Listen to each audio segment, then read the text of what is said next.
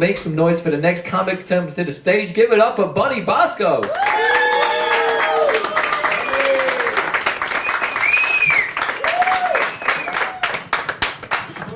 Okay.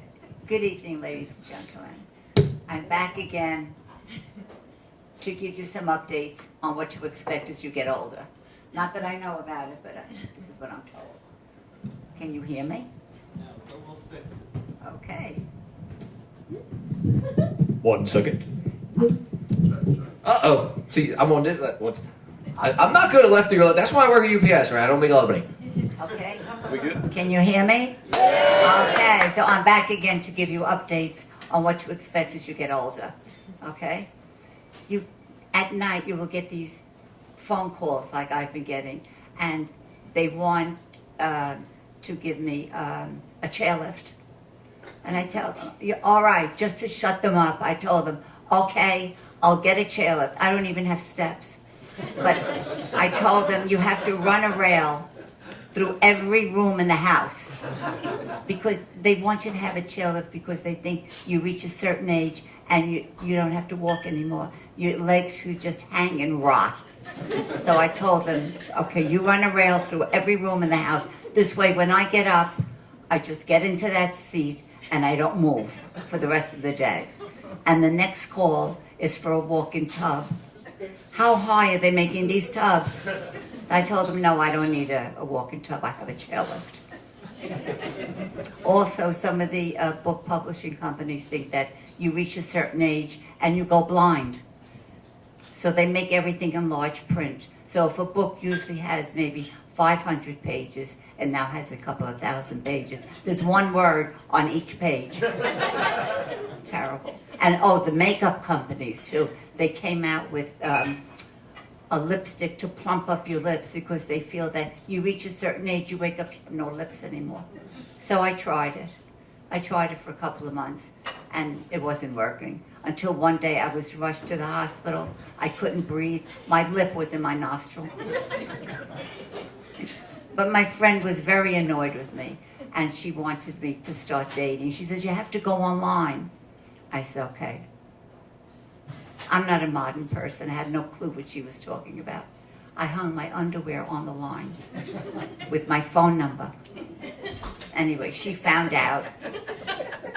She was very upset. She brought me to a senior dating service where they were showing me pictures of bare-chested men standing proudly next to their wheelchair. But one of them had his diaper showing. And I was turned on. And I called him. And he suggested that we meet for dinner. But if I could go to his place because it was chilly out. It was July, it was 100 degrees. I said, okay. So I went. I still drive. I have a beautiful vintage car. And I went to his place. It was a senior citizen facility. And he met me at the door, very nice. And he suggested that we have dinner. It was 2 o'clock. I said, okay. We went into the dining room. The waiter came, he brought the menu. Of course, he had to hold it because there was one word on each page. It was like 1,000 pages. And I ordered. But everything was mashed and soup and strained. I sucked up my dinner. And then he suggested that he wanted to show me the grounds. I said, okay. He got in his wheelchair. I got on his lap. We went around the grounds. There was one tree and 2 potted plants. And then he suggested that we go back to his room for a nightcap. It was 3 o'clock. I said, okay. We went back to his room, and I could tell he was making advances towards me. He was running briskly around the room, holding the rail. So I said, oh, what the heck, I got naked. And I got into bed, and I was watching him. He got naked.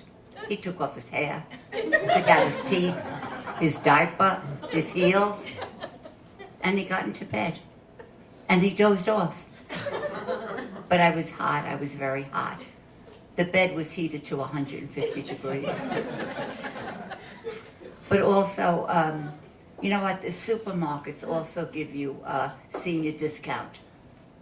And I go. But when I was online, I just didn't fit in. Everybody was with their orthopedic shoes, their sweats, the kerchief, their big glasses, some had bibs. But it was summer. I had on my heels, my dark stockings, obviously I can't get any sun, and my little shorts. I looked like an antique hooker. But you know what? In their wagon, they had diapers and toilet paper. But in my wagon, I had beer and chips. You know, it's terrible to reach this age. But I thank you for being a wonderful audience. Oh, one last thing that's true. I do have a vintage car. It's beautiful. I have it for about 40 years now, and I have it parked in the driveway. But one day, I passed the driveway, and the car wasn't there, and I panicked, and I was crying. I didn't know what to do until I realized why the car wasn't there. I was in it. I was driving it. And I thank you for being a great sport.